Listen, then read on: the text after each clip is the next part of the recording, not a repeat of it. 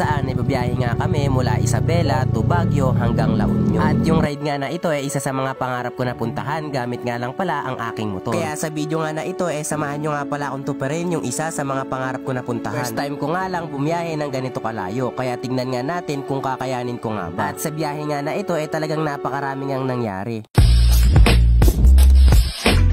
So what's up sa inyo mga kasingkit? Aga nga pala kaming aalis ngayon at dahil medyo malayo nga pala yung pupuntahan namin alas 3 pa nga lang umalis na nga pala kami dito sa may Santiago. At pagkarating nga namin sa may Cordon nagpagas nga pala ako, halagang 225 pesos sapat na yan. At habang nagpapatuloy nga kami sa biyahe inabutan na nga pala kami ng ulan dito sa may Nueva Vizcaya. Kaya naman napagdesisyonan na nga din pala namin na magkape muna. At dito na nga din pala kami inabutan ng umaga. Dahil sa malayo-layo pa nga tayo kahit nga umuulan sinugod na nga natin. At habang binabaybay nga natin ang daan papuntang Santa Fe, nagkaroon pa nga pala ng problema yung motor ng isang kasama natin. Pero kahit nga pala nagkaroon ng aberya hindi pa nga rin pala kami nagpatinag. Dahil nga sa wala kaming makitang bukas na motor shop ginawan muna nga pala ng paraan ng kasama natin na si Kuya Len. Hanggang sa makarating nga pala kami sa unang motor shop na nadaanan namin. Dito nga lang pala yan sa may Blanners Motor Shop. Dahil sarado pa nga pala napagdesisyonan nga namin na kumain muna dito ng aming agahan. Sa agahan nga tapsilog nga lang pala yung kinain ko. At sakto nga naman na pagkabalik namin nakabukas na nga pala yung kanilang shop. Yun nga din pala yung may-ari ng shop na to, kaya shoutout na lang din sa inyo, sir. At nang matapos nga pala namin maikabit yung shop ng tropa natin nagpagas na nga din pala kami at dumiretso na nga pala kami sa aming biyahe. Pagkapasok nga namin sa bayan ng Santa Fe kumanan nga lang pala kami at dahil napagdesisyonan nga namin na sa Maliko na lang nga pala kami dadaan. At sa mga oras na to talagang excited na excited ako dahil na rin siguro sa first time natin. Ilang minuto nga lang simula ng pagkakanto natin nandito na nga pala kami sa may Imungan Viewpoint. Nagpicture nga lang kami saglit at bakbakan na.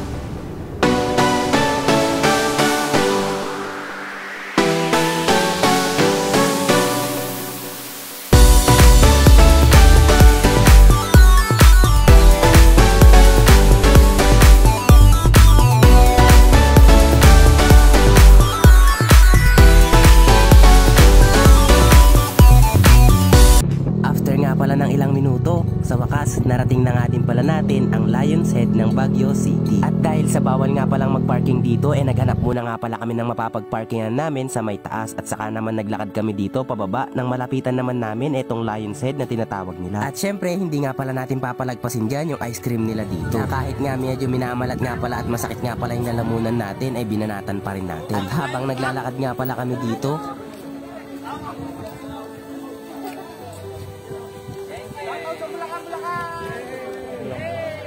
at kung umabot nga pala kayo sa part ng video na to, pwede bang pa-like, share, at syempre pa-comment na rin kung tagasan ka para naman malaman natin kung hanggang saan nga ba umabot yung video ko na to. At naabutan nga kami ng napakahabang traffic dito. Iba pa rin talaga ang biyahe kapag ka nakamotor ka, talagang feel na feel mo na talagang ride ang ginagawa mo. At sa mga part nga na ito, hindi ko na nga pala na-videohan yung mga sumunod na nangyari. At dahil naabutan na nga pala kami ng napakalakas na ulan, nabasa nga kami at dito nagpalit na nga muna kami dahil hindi na nga pala namin kinakaya yung lamig. At habang ipinagpapatuloy nga namin ang aming biyahe, eto, naabutan na naman kami ng isang napakalakas na ulan. Wala na nga yatang balak huminto at sa mga oras na to, talagang nawawalan na nga kami ng ganang magpatuloy. Pero kahit ganun pa man, talagang ipinagpatuloy pa rin namin itong ride namin at meron pa nga palang nakakilala sa atin, kaya naman shoutout sa inyo. Pagkatapos nga pala ng halos 18 hours na biyahe, eto, nakarating na nga din pala tayo sa Ago o La Union. At hanggang dito ko na nga lang din pala muna tatapusin yung video na to. Abangan nyo na nga lang pala yung mga susunod na mangyayari. So ayun lang mga kasingkit, salamat sa panonood.